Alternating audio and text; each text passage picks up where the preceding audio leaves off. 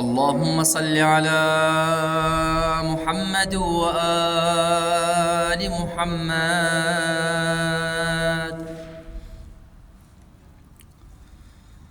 اللهم إني أفتتح الثناء بحمدك، وأنت مسدد للصواب بمنك، وأيقنت أنك أنت أرحم الراحمين في موضع العفو والرحمة، وأشد المعاقبين في موضع النكال والنقمة،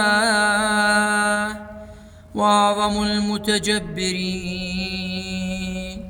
في موضع الكبرياء والعظمة.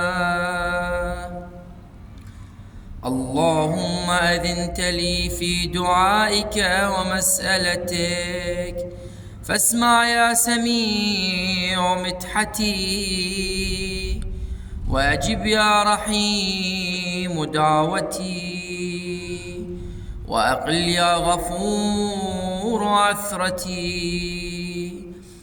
فكم يا إلهي من كربة قد فرجتها، وهموم قد كشفتها، وعثرة قد أقلتها، ورحمة قد نشرتها، وحلقة بلاء قد فككتها.